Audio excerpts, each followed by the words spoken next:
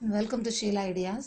இன்னைக்கு வீடியோவில் rose cutting வைக்கணும்னா அதுக்கு என்ன மாதிரி மண் கலவை இருக்குன்னு சொல்லி பார்க்கலாம்.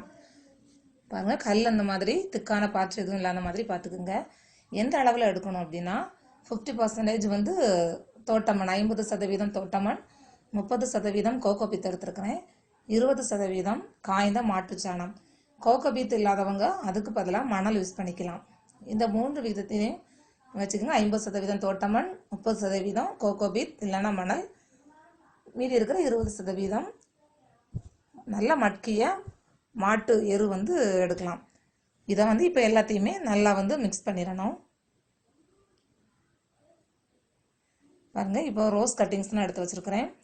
இது ஏற்கனவே எங்கள் வீட்டில் இருந்த ரோஸ் தான். 1 இயருக்கு மேலே இருந்த ரோஸ் வந்து நான் கட்டிங்ஸ் எடுத்துருக்கிறேன். கட்டிங்ஸ் வந்து பார்த்தாலே தெரியும், நல்லா திக்காக இருக்கணும். ஒரு பென்சில் அளவுக்கு அது அந்த திக்னஸ் இருக்கணும். கட் பண்ணும்போதே தெரியும் உங்களுக்கு, உள்ளே இருக்கிற அந்த வெள்ளை பார்ட் வந்து ரொம்ப திக்காக இருக்கும். கொஞ்சம் கட் பண்ணும்போது கொஞ்சம் சிரமமாக தான் இருக்கும். அந்த அளவு கொஞ்சம் திக்காக இருக்கும். அதுதான் நல்லா விளைஞ்சிருக்கிற குச்சின்னு சொல்லி நம்ம தெரிஞ்சுக்கலாம். மற்றதெல்லாம் உங்களுக்கு சாஃப்டாக இருக்கும். உள்ளே வந்து உங்களுக்கு பார்த்தாலே தெரியும், கட் பண்ணும்போதே தனியாக தெரியும். மேலே இருக்கிற லேயருக்கும் அந்த உள்ளே இருக்கிற அந்த வெள்ளை கலரில் இருக்கிற தண்டு பகுதியும் பார்க்குறதுக்கு வித்தியாசம் தெரியும். இது வந்து எல்லாத்தையும் வந்து கலக்கி மண்கலை வந்து ரெடி பண்ணியாச்சு. பாருங்கள், நான் வந்து ரூட்டிங் ஹார்மோன் வச்சு இந்த தடவை வந்து ரோஸ் கட்டிங்ஸ் வைக்கலாம்னு நினைக்கிறேன். பாருங்கள், ரூட்டிங் ஹார்மோன் வந்து நான் கடையிலேருந்து வாங்கியிருக்கிறேன். இப்போ இது யூஸ் பண்ணி தான் நான் இந்த முறையில் வந்து ரோஸ் கட்டிங்ஸ் வளர்க்குறேன். எல்லா கட்டிங்ஸையும் அந்த ஓரமாக கொஞ்சம் வந்து தோலை வந்து லைட்டாக கத்தினாலே எடுத்து விட்டுருங்க. விட்டுட்டு அந்த பகுதியை மூழ்கிற மாதிரி ரூட்டிங் ஹார்மோனில் வச்சு கொஞ்சம் டிப் பண்ணி எடுத்துக்கோங்க. இப்போ கட்டிங்ஸை இந்த மண் கலவையில் ஊஞ்சி வைக்கிறேன். எல்லா மண்ணையும் நான் போடலை, கொஞ்சம் மண் எடுத்து வச்சுருக்கிறேன். 3/4 பகுதி மண் வந்து போட்டிருக்கிறேன்.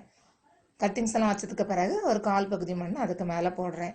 ஏன்னா அந்த கட்டிங்ஸ் வந்து கொஞ்சம் அசையாமல் இருக்கும், நல்லா ஸ்ட்ராங்காக அதே இடத்துல இருக்கும் அப்படிங்கிறதுக்காக. பாருங்க, மீதி இருக்கிற மண்ணை அதுக்கு மேலே போட்டு மூடி வைக்கிறேன். இந்த அளவில் நீங்கள் மண் எடுத்தீங்க அப்படின்னா ரோஸ் கட்டிங் நல்லா வளரும். இதை வந்து நிழலான இடத்துல தான் வைக்கணும்.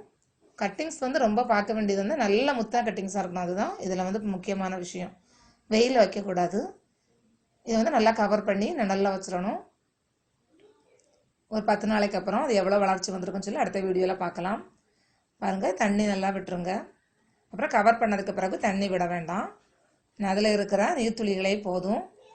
உங்களுக்கு அந்த செடிக்கு தேவையான தண்ணீர் கிடைக்கும். நுனி பகுதியும் காயாமல் இருக்கும். அதனால் ஈஸியாகவே வந்து செடி வேர் பிடிச்சி அந்த கம்பு வந்து வேர் பிடிச்சி வளர ஆரம்பிக்கும்.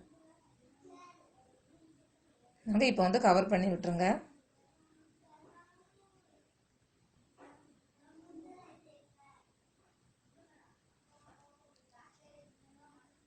அங்கே தொட்டியோட இந்த கவரையும் சேர்த்து நல்லா டைட்டாக வந்து கட்டிடுங்க.